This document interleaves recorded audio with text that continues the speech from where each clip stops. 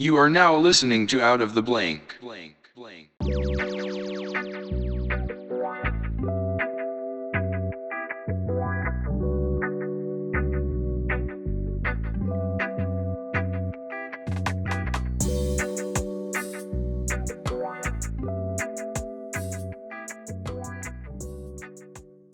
Welcome to another episode of Out of the Blank podcast. I'm here with Dakota Foster. Hey, everybody. So, Dakota, please tell me a little bit about yourself and what do you do professionally? So, I am a Midwestern raised boy, and I professionally, I suppose, do warehouse manager type work. And so, Stocking and sorting type stuff? Yeah, like a lot of involved stuff. So, developing delivery routes and getting things ready for the drivers and a lot of paperwork. Would you consider it called logistical planning is what you do? That's a fair summarization. Yeah, I actually talked to a guy in the military, and his name is Zion Simpson. He was talking about this, what he did for the military. I was like, well, what the hell is that? And he was like, dude, basically it's like we count everything, make sure everything's planned out for the trip, make sure they have enough gas and extra in case they need it. And I was like, oh, so you're the main guy before the mission goes down. You're the one that sets the table so some people can eat. I like that. Yeah. I kind of have to be the adult, sort of. The supervisor. Right? Yeah, exactly. I got to make sure everybody's, fed. So I got to make sure everybody knows where they're going and what they're taking and make sure it all goes smoothly. So is this something you wanted to, obviously, is this just a job or is this something you kind of had to the supervising role in life? Like I think a lot of people you see that get a leadership position in something, it's not ever because it fell in their lap. It was more on the lines of that they had this kind of leadership demeanor to them. Yeah, it was kind of one of these things I just sort of stumbled into. And as it turns out, I think I'm pretty good at the whole role of working with people. And I mean, as far as laying things out, right? And working with them to find out or work on the finer details rather. So I work here in Portland, Oregon, in fact. And it's a big city and you got to plan a lot. It's not like you can deliver things in a small town, the same way as in a big city. So anyway, it's one of those things where based on my other jobs that I've had in the past, I've kind of developed this sort of customer service / supervisory personality, and it happens to fit with my job. Now, is it my ultimate sort of goal? I would not say no. I would say no to that. I mean, it's a great job. It's a lucrative job, and it's rewarding. I will give it that. Yeah, a lot of people need to understand that, like paychecks. That's very important. So how we sustain, it's how we get a house over our head. Exactly. Have you glorious podcasts? Exactly, and it's kind of how we learn to do our other things on the side. So what's your end all kind of dream job that you want? Like the one thing that you kind of would hope that you still can get? That's an easy one. Flight attendant, actually. Want to be which has nothing to do with this, by the way. But that is one of the things I've been looking forward to doing since about 21. Wait, something like that. Not a pilot, but a flight attendant. A flight attendant specifically, yeah. Why? Or as they would call it, a stewardess in the old days. Why do you want to be a flight attendant? I feel like they have one of the most draining jobs because they just fly back and forth all the time. Yeah, but see, that's the thing. That's what I actually really like. So I feel like I'm really good with working with people, sort of reading them what they need. And then I can kind of jump to an occasion, right? So when you have to train to be a flight attendant, you actually have to know how to evacuate a plane within 90 seconds. Oh, I know. I've had the worst experiences with flight attendants, sadly. I was like 14 years old and I was sitting by the door and the woman turns to me and asks me like, hey, if we're in a situation and this plane's going down, are you going to be able to take care of everyone? Are you going to make sure they can get out safely? And I just I'm 14 years old and you're telling me the plane's going to go down. Well, no, just in case the situation occurs, or maybe we can change seats with you.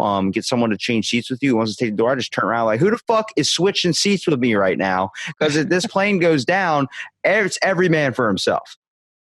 Yeah, it's a little sketchy, but I have actually heard horror stories of of a certain flight attendant. Actually, she got fired from her flight attendant job because she was screaming, running up and down the hall with no emergency going on, that we're all gonna die, we're all gonna die. And so She yeah, had a religious out of there. experience. Yeah, I don't know what happened there, but It's the scene from Simpsons where the father is the grandfather sitting in the church and that light beams onto his head and he starts telling everybody they're all going to die, rolling around on the floor. They rolled him up. In the it was carpet. basically that. Yeah. Do you understand like the fact, like, do you think it's okay if people bring their dog on an airplane? I think it's okay if you put them under the airplane, but if you have the dog actually like beside you and not in a cage, just you're like, feel like you're rich enough to hold a chihuahua. Because I remember a dog shit on an airplane and I was on that airplane and I was like, it smells awful. Can somebody crack a window? Oh, that's right. You can't because you're at like 30,000 feet. Yeah, I don't see it as so much of a problem if they know how to contain them, right? If they're their owners, they should know how to handle them from freaking out, etc. Maybe it's a new thing to pets to fly in general, and so I don't know. As long as they can stay in the seat or what have you, or in front of them, I think it's fine. You know, they're not making a mess. I like airplanes. Every trip I've ever been on. I mean, I don't like the turbulence. I don't like any of that stuff. I don't love my experience with turbulence. I remember one time I was in a storm and I swear to God, I felt like lightning hit the plane. All the lights went out and they stayed out for like a good 5 minutes. And we're shaking as this is happening. Like the whole plane is just going like all over. It feels like you're in one of those awesome vibrating recliners. Yeah. And I'm like scared to death. Everyone's basically, this is where everyone turns to God and immediately starts praying. And I'm just sitting there like, I haven't gotten religious before. I'm not planning on getting religious now. And I'm just sitting there like whatever happens, happens. And my brother's beside me just straight sleeping the whole time. She puts the beanie down and immediately just calms out, which I'm always jealous of. Because we're on a 12-hour flight and I can't go to sleep. I will just sit there the whole time like, gee, everyone's sleeping. I'm just sitting there like, I need to get up, I need to stand up. I got ADHD, have to do something. And I asked the woman, I was like, we're experiencing really bad turbulence right now. The lights went off. Is there something going on? She's like, I'm not going to lie. This is a very scary situation. I have no idea what's going to happen. I was like, shit, I was really hoping you were going to give me a false answer and be like, everything's fine. Everything's fine. She straight up gave me the grimmest news possible. Like, I have no clue. Please, sir, get back into your seat and let's pray we get through this. I said, let's pray. Let's pray. That's never good when the flight attendant tells you, let's pray to get through this. I'm like, lie to my face. Like, can you give me my wings, please? I would like my little wings. Oh man. Do you have at least tell me I need a parachute or something? Exactly. You know, like we can go, if someone, this plane starts going down, where can we pile up a bunch of stuff so I don't get hurt? You know what I mean? Where's that marshmallow factory that I can land on? Exactly. I don't want some Sully incident. I want something, we're landing on something soft. Now, if there's an emergency situation, take me I'm sure you probably thought of it. Take me through what you would say to the people to calm them down. What I would say to the people. It's a routine thing to have some turbulence here, and usually it's just a momentary thing. The pilots and the rest of the crew are well adjusted, so this should be just a temporary thing. Is there anything else that I can get you? That's a good one. I like it. Mine would be a little bit more like, hey, the plane is fucking shaking. I don't know if it's going to go down or not, but let's just keep in mind we're at 30,000 feet and we're in a machine made by people, and people then are known to kind of be a little bit lazy when it comes to making things. So let's just pray they did a good job on this airplane. Am I right? And then everyone's like, I don't feel comfortable at all with that. Exactly what he said. That was terrible. I don't feel safe at all. I'm like, well, do you want the fish or chicken? Let me tell you. And they're good experiences I've had on airplanes for sure, but I think only the best part I really enjoy about it is just the fact the toilets are fucking amazing. That is something I would have not expected you to say, honestly. Really? Yeah. Those toilets, though? Yeah. I've had a couple podcasts now where I know one dude, his name's Nick Carter. He builds Boeing 757s.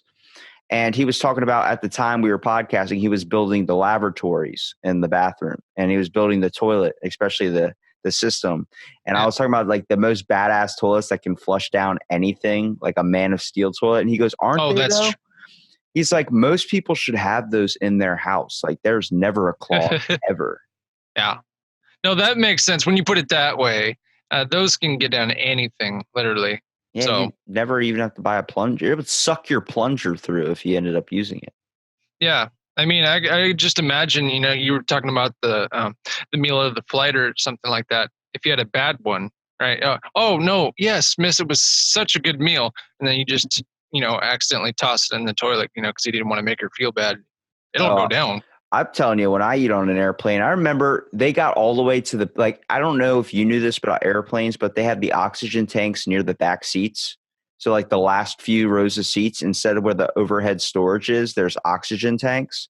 And I was like, whoa, it makes sense that's how they got air up into this airplane. That makes a lot of sense. And right. I was sitting in the back and immediately my head just started going, what happens if this thing explodes? Like here's a prime spot for explosion right now. Like, and my brother just looks over at me. He goes, "You think way too much." I'm like, I have to think about this stuff because if I don't, seen all the movies. Yeah, they played Snakes on a Plane on my 12-hour flight.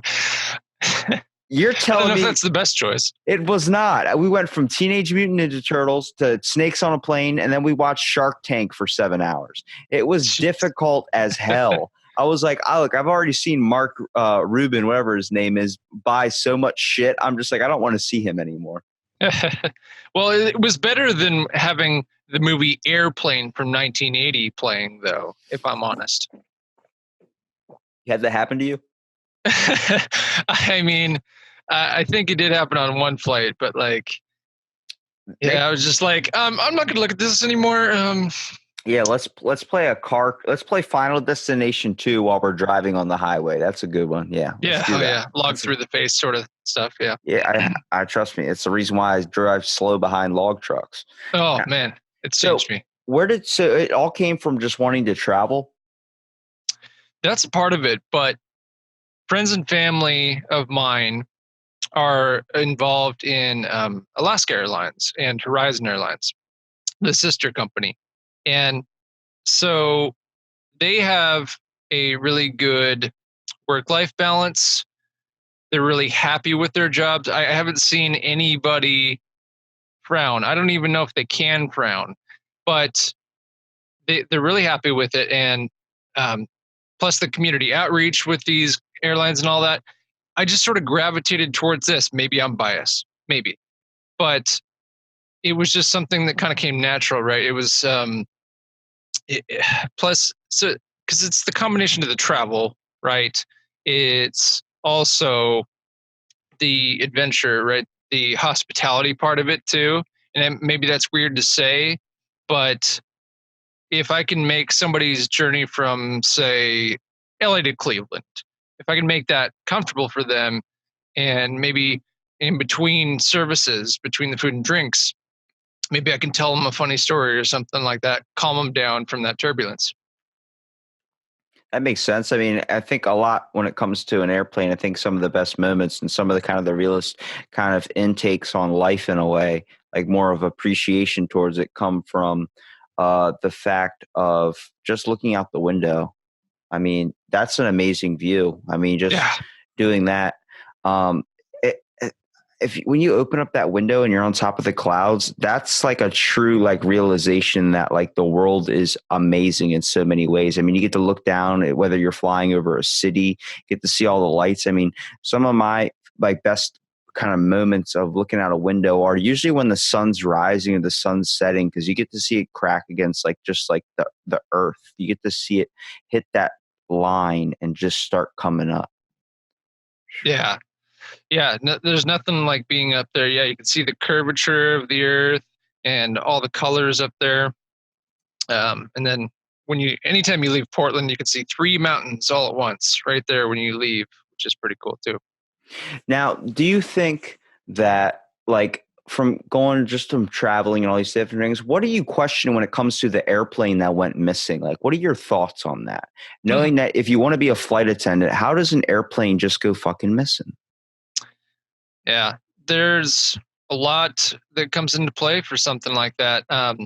Honestly, I still feel that planes are safer than cars, despite all the missing reports. Or there was that Horizon mechanic, I believe it was, or technician that hijacked that plane and went around in between Seattle and Portland. Despite all that, I don't know. I'm not scared by these sort of things, right? Missing plane or anything.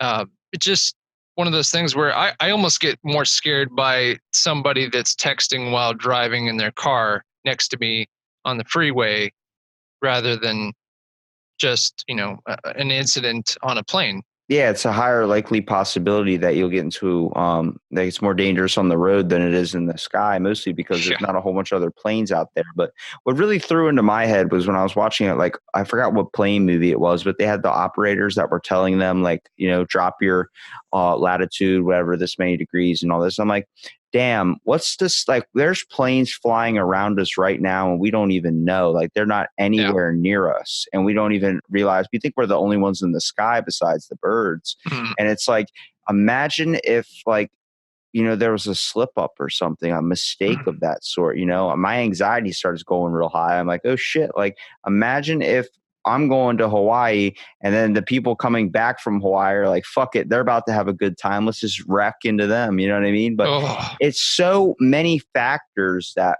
play into a safe travel that a lot of people don't even consider, especially people that fly every day. They just, they conk out. Their biggest fear is like going up in an airplane or getting in the airplane. It's like, how many factors that keep this airplane running, the pilot to, even though technology's pretty advanced to where, like, the pilot doesn't have to do a whole lot once they get up in the air. It's kind of a straight shot, but still there, like, they have to calm the people down. I mean, when you hop on that mic and go, everybody in the cabin, we're experiencing barometric pressure and it'll be over shortly. Stay tuned and watch your cartoons. It's like, okay, well, that was a pretty good impression, by the way. Yeah. That's what they do, though. I don't know what's the voice crackle. I'm like, can someone just come on the mic and straight up, it's Morgan Freeman, like, ever since I was a little boy, I enjoyed the sound of my voice. I'm like, thank you, Morgan Freeman. I feel like this flight will never go down because we got God on our airplane. See, he could be the captain and he could be God if we did die too. Like, that would be the most comforting voice, If you goes down and if you were in a plane accident, who would you want to be stuck with? You want to be stuck with Morgan Freeman because, when you survive and you get on that island or whatever happens, if it turns into Castaway and Morgan Freeman's with you, you're not dying. You're invincible. That plane might go down, but I guarantee you it's not going to break apart. It's going to not even get a scratch on it because Morgan Freeman's like, I'm an excellent pilot. I'm like, yeah, you are. You're Morgan Freeman, man. Yeah. No, I have a lot more faith at that point. Yeah, more faith in Morgan Freeman. Now, tell me a little bit about what you do on the side with your podcast, man. So it goes mainly in the vein of gaming. We have a total of 5 guys, including myself. And so it's gaming, food, and coffee. So gamers, Mud being coffee, and Grub being food, of course.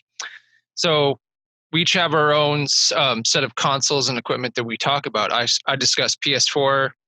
There's another one that discusses PC. There's another with Xbox, another with tech, and then another with mobile.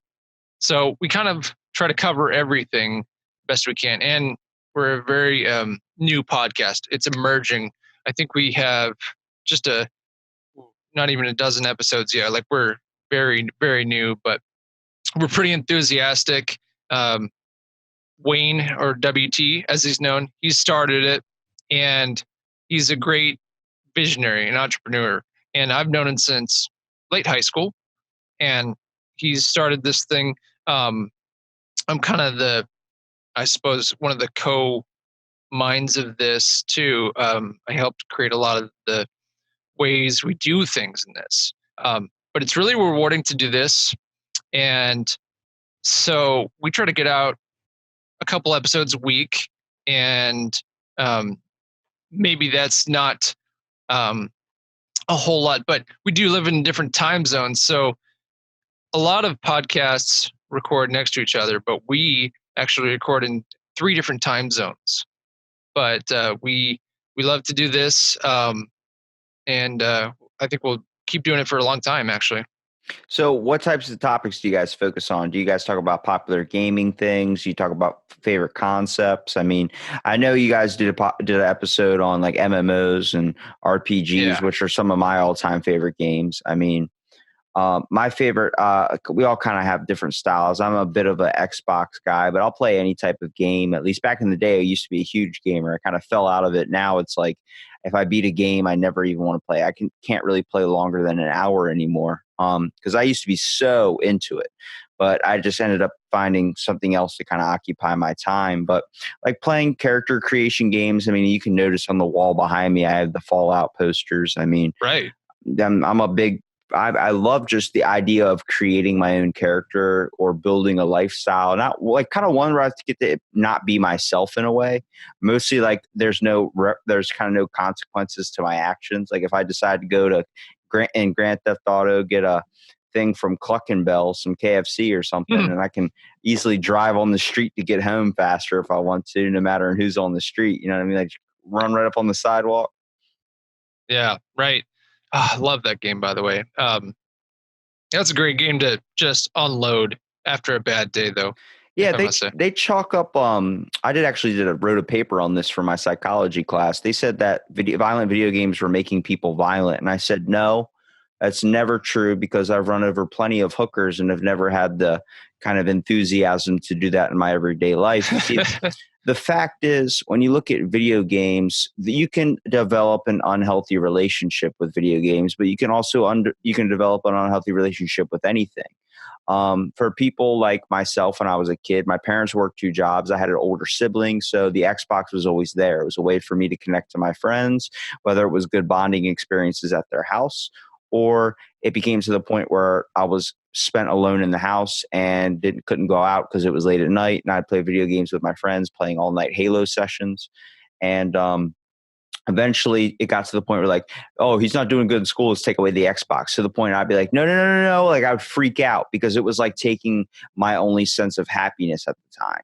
That's when I say video games can get a little bit destructive to one's personality, which you probably experienced getting a little bit like, maybe I need to take a break from this thing for a minute. It was actually the reason why the Wii was pretty popular, because it used to pop up and tell you, why don't you take a step outside and play? It's like, why don't you go open up a window and relax for a while? Because after a while, you start to get kind of sucked into video games, mostly because when you play, next thing you know, you look at your clock when it was 4 p.m., it says 1 a.m. You're like, shit, when did that happen?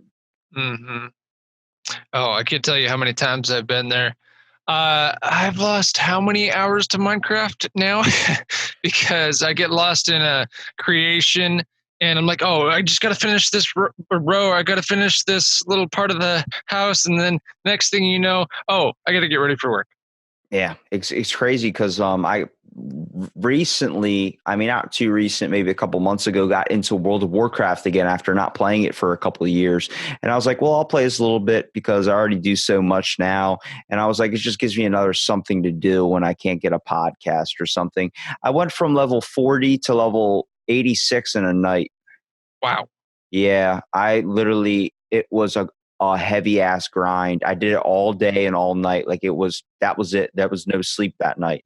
And my buddy logs on. He goes, how the hell? I'm like, dude, this is why I don't do this. Cause I get addicted again, man. I go all out on whatever. I mean, I've been up since 2 a.m. podcast. And so like when I do something, I go full all into it. So when it comes to video games, I was like, this is fun to do sometimes, but eventually if I have nothing else to do that's not getting me outside of the house, I would murder this all day long. Jeez, and you did with that from 40 to 86. My girlfriend plays that and she hasn't even gone that far in one day though. Dungeons and double XP. I spent like $6 or something, whatever the potion thing was, the card. They had like a deal that was going on. I was like, let's see if this actually does something. Yeah, it does. Yeah, it helps out, but I mean, you got to sit there and grind on that too. I was not like, didn't even. I just had a mini fridge right beside me. I was like, screw it, let's do it. Let's go for it. Pull out a 2-liter Mountain Dew if you need to go to the bathroom. No, I'm just joking. Right. I'm not that much of a sadist. No. No, I have seen some people though that will literally sit at their PC desks though with a bucket under them just so that they don't have to go anywhere, right? That's dedication right there. I don't think you've ever done anything quite like that, but no, I'm a little bit more. I like the comfortability of my bathroom for sure. Yeah. I always talk up like video games. I understand like a lot of people are like video games are for children. I'm like, they're not anymore because now you're seeing adults play video games more with now it's a bonding experience they can have with their kid, or it's just a thing that they can get into if they don't have any kids because it's all an escape from reality. I chalk up video games. The wondrous thing about them, no matter if it's Call of Duty, it's all these things. They're like little virtual reality, like escapes from the actual boring reality we kind of do live in. We live in a life that's structured 9 to 5. We live in a life that is a little bit bland. I mean, if your day job's not the funnest in the world, it's not what you want to be doing. You can still have a sense of relaxation and an escape when you play a video game, which is why I think they become so popular.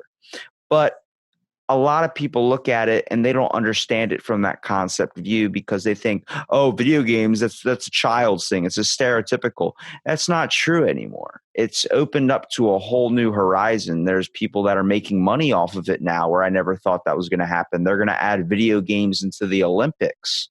It's crazy. They titled it something like really, really different sounding. It was like advanced capabilities in something motional something. It was supposed to do with how your fingertips, like after a while, they develop a quicker dexterity to playing video games rather than someone who doesn't. True. It's like muscle memory, I suppose you could call it that in that point. So what's your favorite types of games, man? Ooh, I like first and third person shooters mainly. So whether it's your Call of Duties, what else there might be? I'm trying to think. One that kind of slipped through the cracks that was underrated was Bulletstorm Full Clip Edition. That was a really good game. Oh, so good. Got remastered just a couple years ago, and I never thought I ever wanted to levitate people and throw them into a wall of spikes, but now I do. Now you know what superpowers you want. Yeah. Now it's funny because like I think video games, they linked something like movies do to your memory in a way. I mean, I remember back in the day when Blockbuster was a thing, going down there and getting a video game to rent or something. And I remember like I have some memories about playing Pitfall, the old Xbox game, those types of things. I remember I bought Spyro when it came out, Reignited, mastered it, 110% is actually what it is on each game that's inside of it. It gives you an extra 10%. Wow. So I got every single achievement for the game. I got everything because I had that as a kid and I loved it so much, but I could never get past a certain level in that game.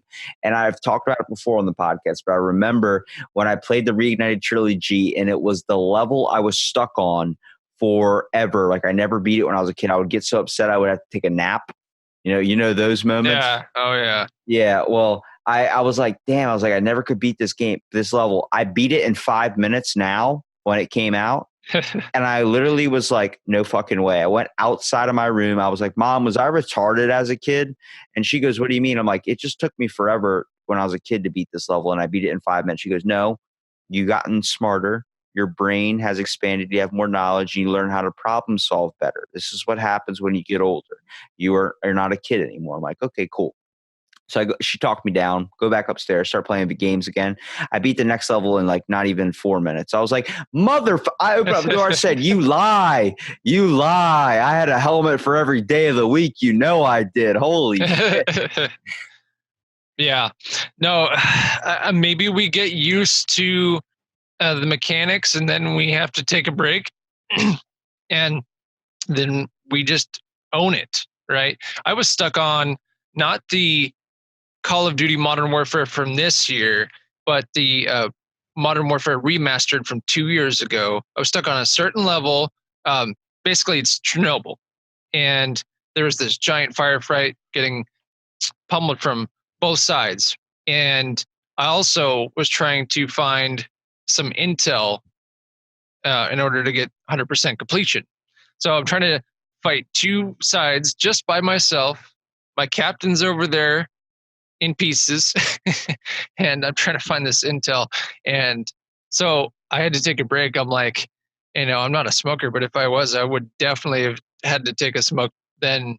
But I was like a week before I came back to that level, and then I beat it in 20 minutes. Dude, there were moments where I could get so angry at a game. I think a lot of it has to do with online interaction as well. That changes the frustration you can get from a video game for sure. Mostly when you're sitting there like just playing a game and some dude's just cussing at you, telling you your mom sucks, and you're like, oh my God, like you start freaking out. Or, because it gets annoying after a while. But I think the best part about video games is the interaction you can get with people, because it exposes you to what some types of people are in this world. I don't think everybody's bad, but you can definitely tell the people that like picking on others and that like to be the bully. It shows a whole different persona. There's different people that play video games, such as the one that follows the rules, like the one that goes around, like plays Call of Duty, starts to hide behind every corner, starts to, slowly take their time through the map, trying to get their advantage as possible. Then there's the guy like me that just runs straight up into the building with like a knife or, a gun, and just starts going headstrong on everything. Yeah, exactly. Braveheart scene. But it's all about kind of like, it's cool. It's the camaraderie with your friends. I mean, this was Xbox, like one of my first episodes on my second season. That's my buddy I met over Xbox Live, and we've been friends for 9 years. I've never met him in person, but I'm friends with him on Facebook. He invited me to his wedding coming up soon. Oh, nice. So it was cool talking to him, because we just completely bonded over Xbox and stuff. And it was like, eventually we became like best friends, like calling each other, talking to each other. And like, that's where I see like interaction in Xbox take a really, or PlayStation in general, just online multiplayers and communication, really take a good grasp on like kids in a way. But, I've seen it age me. I'm not the guy that really plays video games anymore. I went to a Christmas Eve party, and it was weird because you saw the older generation playing ping pong, and then I saw the younger kids playing Fortnite, which I've never played. And I'm looking at them, and I'm like, they're like 14 years old. They're all just sitting on the couch, like 10 of them, all just playing Fortnite. I'm like, you guys aren't going to play ping pong? And they're like, no, we have Fortnite. And they're like screaming. And I watched the biggest dad moment of all time. I looked over, and the guy was backing up to hit a serve and got in front of the TV. And the kids were like, move, get out of the way, get out of the way. And he's like, what? I'm in the way. And I've never laughed so hard, because it really took me back home, man. When I was like, I remember a kid, my dad would do that to me all the time. Yeah. Yeah. Oh, hey, let me just move this 24-foot poster right through. Oh, sorry. Well, you're playing a game, you're online. Well, why don't you give me a hand? Back in our day, we did lines, my friend. I'm like, whoa, Dad. I'm just trying to play some Xbox, man. That's all. Back in the war, we did what you're doing on that machine of yours. That's what my grandpa would say. He's like, you're playing fake shooting guns. Why don't you shoot a real gun? I'm like, because this is easier, and it's 8:00 at night. So for shooting guns, this makes it so the cops don't come. He's like, we live out in the country, Robbie. Let me take you to go shoot some guns. I'm like, look, grandma's not letting us go shooting at 9:00 or 8:00 at night. I'm just letting you know that. And he goes, I'm a grown ass man. I'm like, yeah, but you still hide your candy. So yeah, that eliminates that conversation right there. Yeah. No, you can't do anything. Grandma's trying to feed you, and no, what else are you going to do? Like, you could say, what? The gun store's closed, I always thought it was funny, like, you hear somebody robs a gun store. It's like, it's the worst spot to rob. Like, why would you go into a place that you're going to get shot? You're not even walking out of that one okay. No, they should know how to use the guns there. So what are you doing with your life? Do you think that like technology is getting pretty advanced with virtual reality? I mean, I know that my school, they didn't take a field trip, but they took a virtual reality field trip to the Anne Frank house and got Wow. to walk through that. And I heard that. I was like, where the fuck was that when I was in school? Mhm. But I also think they're missing out a big part of the teaching process, like waking up early, getting on the bus, then sitting next to someone that you don't really like, staring out the window for 3 hours and then going to a place. I feel like, but this makes it a little bit easier for kids that do suffer from some type of like disorder or their parents couldn't pay for a trip for them to go. I see the benefit in that. Yeah. So I'm fascinated with VR. There's so many applications that you can use this with. So on one side, there's the gaming, right, that we all know. And probably the most immersive one that I've known so far is Doom VFR, where it's 360 demons and it's just visual overstimulation. But it's so much fun. And then there's the other side where it's a little more practical. See, I had come across a video, and it was an exact historical recreation of, and I want to say, Stuttgart, Germany. And so you had on one side of this the 2018 version of Stuttgart, and then the 1887, if memory serves, side on the other part of this. And so, but what it was is it was an exact recreation, 1-to-1 scale. You could interact with it in your own time. And how I saw that useful was for more of a historical application. You could say, as a history teacher, for example, this day in 1887, this battle of blah, blah, blah happened. And then you can use that in place of the field trip, I feel like, where you just have to say, hey, student, download this, and then that'll be your lesson. There'll be a quiz or something. I like that there's an idea that you can do. It's not really an idea, but what they've been doing with the medical industry, they've been implementing it virtual reality with surgeries, recreating different scenarios, kind of like the thing from Star Trek, the unbeatable system, where you can never win. It's always a different outcome or a different Right. scenario that happens. They do this with surgery, and it helps train the surgeons because they need on-hand experience. You can get a lot from a textbook, obviously, but when it comes to actually acting in the moment, you want an experienced surgeon. You want someone that's dealt with a lot of surgeries and knows what actually happens when you're involved in it. And the virtual reality they've been using with that has been totally revolutionizing the medical industry. I mean, I see a benefit in that. I also see that there was always a giant scare back in the day when you used to play video games on the concept of that you can get seizures. If you're, prone to seizures, like these lights flashing things. How many times did you get to see that warning in the beginning of the screen? But when you're in a VR or simulated reality thing, it's very, very hard to define kind of what is the real thing that's going on when it's surrounded by you, and it does feel so real. Yeah, exactly. Immersion is what you want, right? And if you can handle it, it's there. Um, there's even, it reminded me, there's that surgeon simulator, I think it's called. And so that'll be useful for new surgeons. But man, I mess around. I'm like, hey, how about a spleen on the wall? Yeah, just That chuck sort of thing. organs everywhere. Yeah. But that's the fun concept to it. I think it's crazy the fact that technology has gone from so much. I mean, I hear my parents talk about like video games, there was Pong, there was Machine Hunter, like when I was a little kid. And then I've seen it grow and I've seen it turn into so many things. I mean, I think everybody remembers Guitar Hero. It gives you an experience of something that you probably are not going to be able to experience one day, like with being a famous musician. Well, hey, we're going to give you a game where you can play and you can be a famous musician. Then next thing you know, you can decide, is that something you want to do?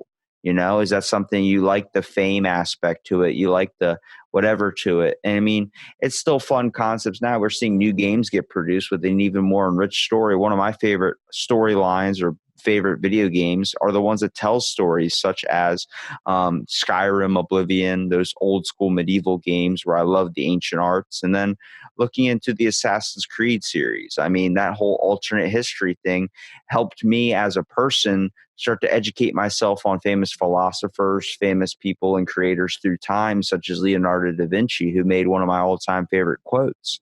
I mean, it's inspiring to see that there are, especially when you're a kid, there are formative, impactful things from video games for sure. And the people that say it causes violence, it's just like, no, it's it's an it's an opening to oneself sometimes. You know, you're playing something and you decide like maybe that'd be cool to try that. Not when it comes to shooting up a store, but when it comes to, you know, learning more about architecture from playing Minecraft, learning more about the military just from it being introduced to Call of Duty, just all these types of things. But, you know, there are people out there that can't handle video games. I think that's when people start to relate most of the audience to, oh, video games make you violent. No, that person's not going to shoot up a store unless they've already had the intent inside their head already.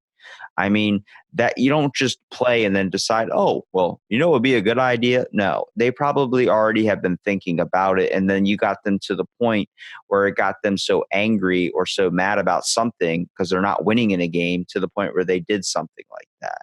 It's a desensitization or desensitization of people in the world today because we're not communicating effectively anymore. We're choosing to just kind of ignore, go home, do what we want to do, live a comfortable lifestyle because it gets us through our lives rather than going out and exploring anymore, which is not necessarily, you know, the option for everyone, but it's also, we chalk out a big of time of it when we choose not to even talk to people out in the world anymore because it seems like it's more of a hassle now.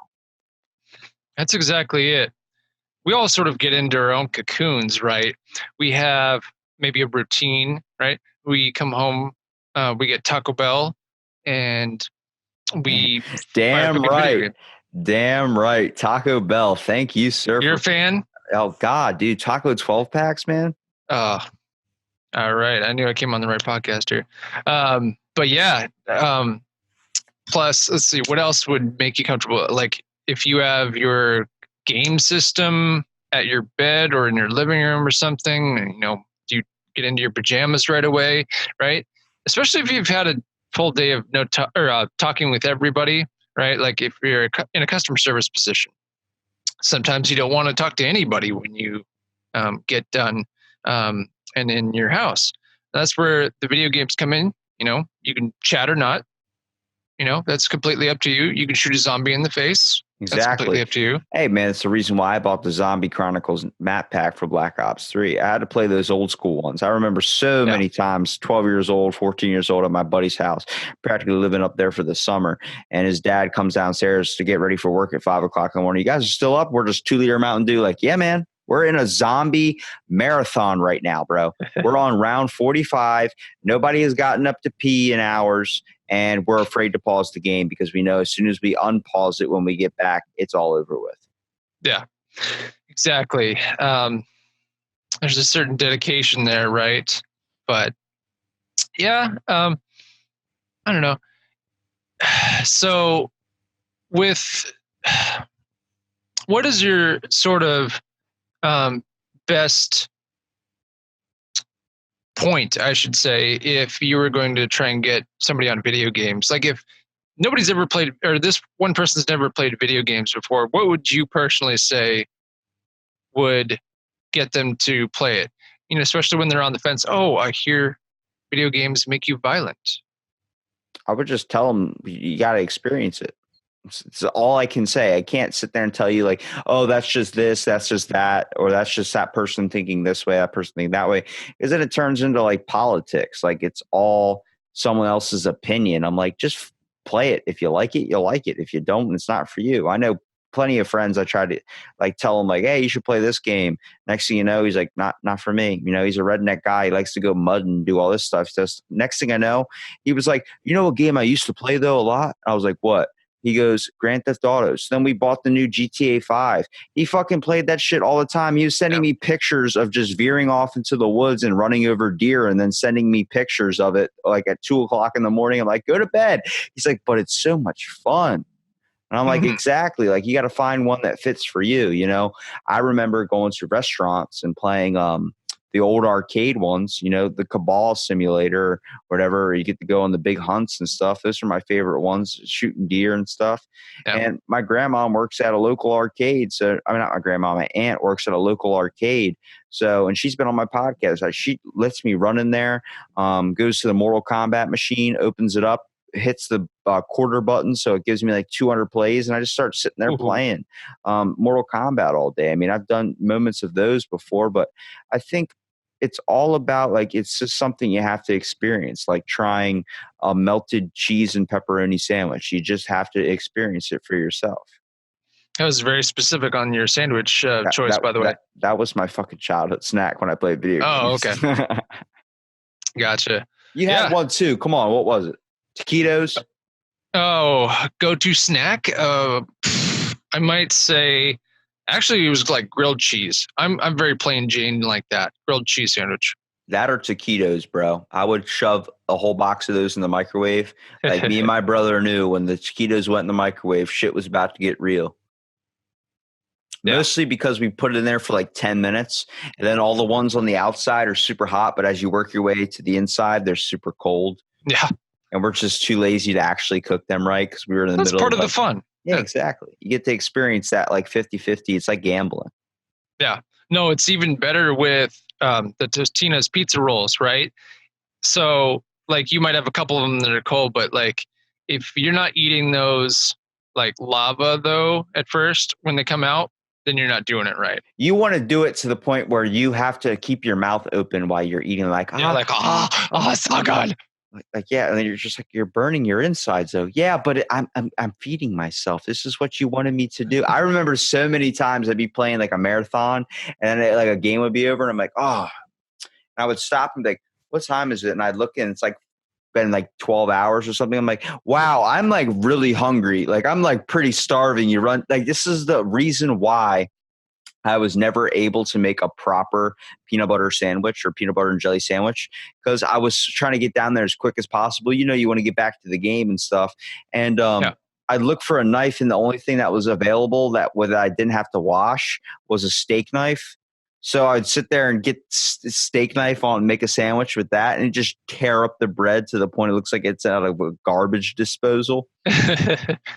I don't know. I like a little garbage disposal shimmer on my sandwich, though. That's just me personally. Yeah, you take a bite, and then like there's the hole on top of the sandwich just squirts out peanut butter right into your eye. Like, Never had that one happen to me yet, but. So there's these things they call video games, and like they call, well, not video games. They call video game snacks, and they call like Mountain Dew is the video game drink, and then they call it game fuel. And then they have this snack, which is kind of the basis of Doritos. Do you think that's just good advertisement on their part of capturing kind of like the video game crowd? Oh, definitely. So Taco Bell does that. Yeah, exactly.